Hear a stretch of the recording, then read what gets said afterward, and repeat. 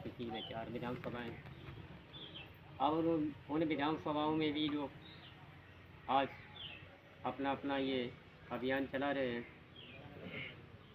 तो हर जगह पर आज का जो मुहूर्त भैया जी ने निकाल करके दिया है 24 तारीख का, तो वो मुहूर्त के अंतर्गत ये अभियान शुरू है।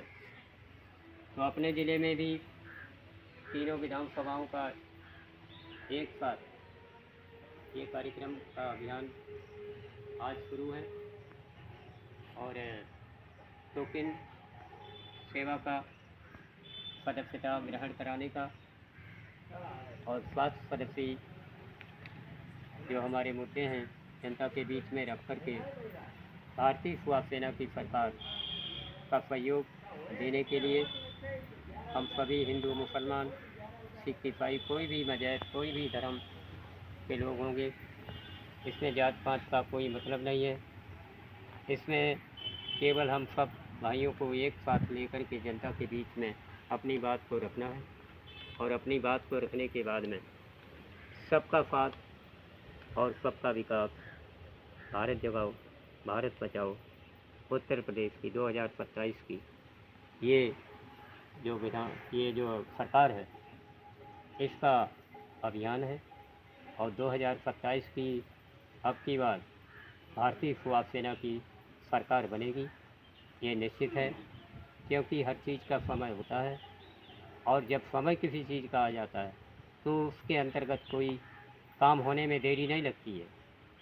तो अभी तक तो हमारे लोकतंत्र की व्यवस्था के अंतर्गत राजनीतिकों ने देश को लूटा और देश को बेचा।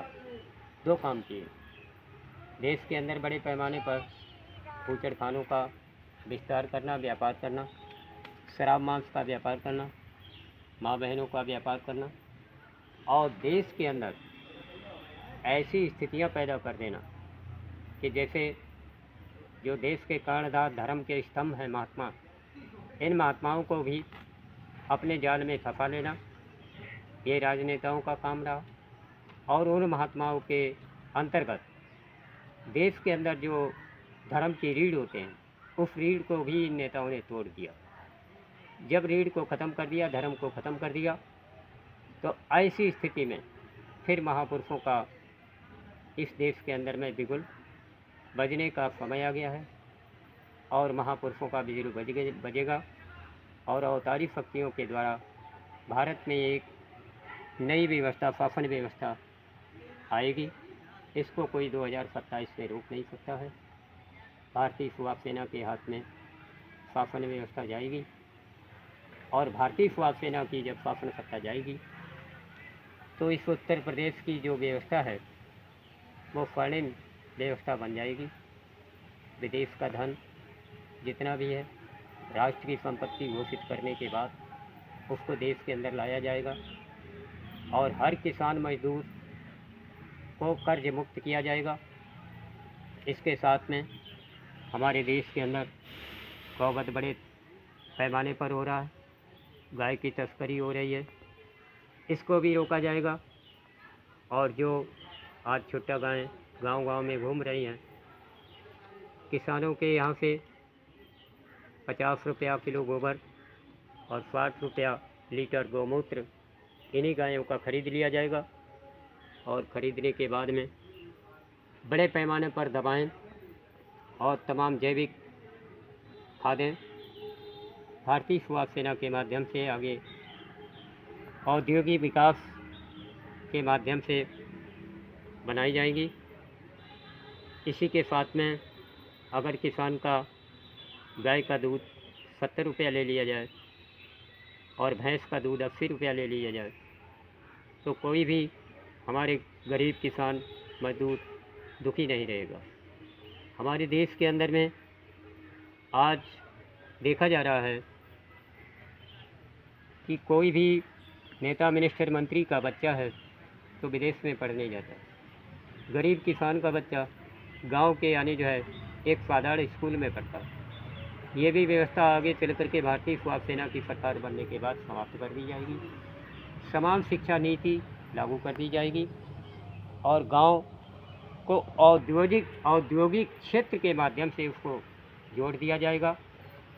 जो आज किसान का अन्न है, दूसरे व्यापारी उसको बेच करके उसका कमीशन लेते हैं, वो प्रथा, वो प्रणाली समाप्त कर दी जाएगी और गांव में ही उद्योग के क्षेत्र में किसानों का पैदा किया अन्न, पैदा की हुई फसल, उसको यानी जो है किसान अपना मूल्य दे करके देश और विदेश में उसका व्यापार करेंगे।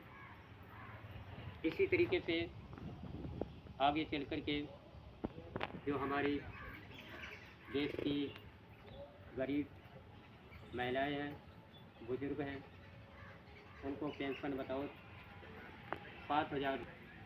जो हमारी सुविधाएं हैं, सरकारी बसें रोडवेज में, उनको फ्री सुविधा दे दी जाएगी। इसी के साथ में जो कन्या है, कन्या के खाते में 3 लाख रुपए तक लक्ष्मी धन के माध्यम से उसको दिया जाएगा। और इसके साथ में जो शादी विवाह के लिए हमारे देश के अंदर आज तमाम दहेज प्रथा के माध्यम से हमारे गरीबों के घर की बच्चियों को बड़े बड़े लोग ख़त्म कर देते हैं, दहेज लोगी। तो उस दहेज प्रथा के अंतर्गत भी अगर लड़की की शादी के लिए 3 लाख रुपए, 4 लाख रुपए, 5 लाख रुपए तक अनुदान सरकार दे देती है, तो किसी भी गरीब भाई या मजदूर या किसान को कोई तकलीफ अपनी बेटी की शादी करने में नहीं होगी। ये भी आगे एक कार्य योजना के अंतर्गत सरकार 2027 में आने के बाद लागू कर दिया जाएगा। इस तरीके से जब तक हमारे देश के अंदर किसानों को मजबूर नहीं किया जाएगा, गरीबों को मजबूर नहीं किया जाएगा, गांव को स्मार्ट नहीं बनाया जाएगा, कृषि जितना भी यंत्र है उस पर यानी जो है किसानों को छूट नहीं दी जाएगी, किसानों का कर्ज नहीं माफ़ किया जाएगा, और किसानों को जो हमारी ग्रामीण अंचल की जितनी सुविधाएं हैं वो जब तक यानी देश के अंदर, प्रदेश के अंदर गांव में सुविधाएं नहीं दी जाएंगी, तब तक हमारा गांव का किसान मजदूर न तो सुखी होगा और न ही स्वस्थ होगा और न ही संपन्न होगा। तो इसके लिए भारतीय सेवा सेना का अभियान अपने यानी जो है इस सत संकल्प पत्र में उन्होंने दे दिया है, और जो सत संकल्प पत्र में उनके जो मुद्दे हैं भारतीय सेवा सेना सरकार बनने के बाद में उनको पहले लागू करेगी, और लागू करने के बाद में एक नई शासन व्यवस्था को उत्तर प्रदेश में और उत्तराखंड में ला करके खड़ा करेगी। तो ये जो मुहिम 2027 की भारतीय सेवा सेना के द्वारा छेड़ी जा रही है, उसको आज 24 सितंबर से पूरे उत्तर प्रदेश में अभियान के तौर पर, प्रचार के तौर पर गांव-गांव, गली-गली, कूचे-कूचे में सभी प्रेमी जन जाकर के अपनी बात रख रहे हैं 2027 के लिए, और उनका सपोर्ट, उनका यानी जो है सहयोग मांग रहे हैं।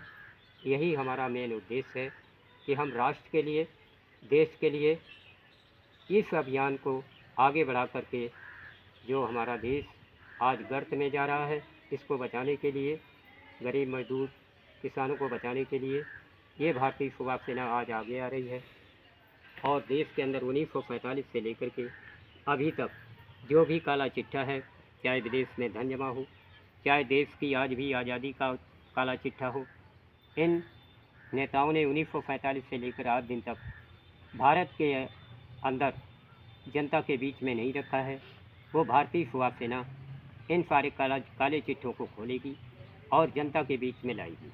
जितना भी विदेश का धन है वो राष्ट्र की संपत्ति घोषित करने के बाद में देश के अंदर लाएगी। आज हमारा देश का प्रति नागरिक 5 लाख रुपए का विदेशी कर्जदार है, लेकिन ये क्यों हुआ है? क्योंकि हमारे देश के जितने भी आज दिन तक सत्ताधारी नेता पैदा हुए हैं, इन्होंने हमारे देश की संपत्ति को लूट करके विदेश में जमा कर दिया है और देश में नहीं लगाया। अगर वही धन हमारे देश के अंदर वापस आ जाए तो आने के बाद में प्रति नागरिक वो 3 करोड़ रुपए का हकदार बनता है। भारतीय सेवा सेना आगे आने वाले समय में वो विदेश का धन जब देश के अंदर लाएगी तो हर नागरिक को उसका हक 3 करोड़ रुपया प्रति यानी जो है कैंडिडेट के हिसाब से दे देगी। तो कोई भी हमारे देश के अंदर में गरीब नहीं रहेगा, मजदूर नहीं रहेगा, सब अमन चैन से अपना जीवन जिएंगे और देश के अंदर खुशहाली आ जाएगी, देश हमारा संपन्न हो जाएगा और देश में एक राम राज्य की लहर दौड़ जाएगी। यही कार्य मुख्य भारतीय सेवा सेना का है, जो आज से इस अभियान के तहत वो अपना यानी देश के अंदर में प्रदेश के अंदर में लॉन्च कर रही है।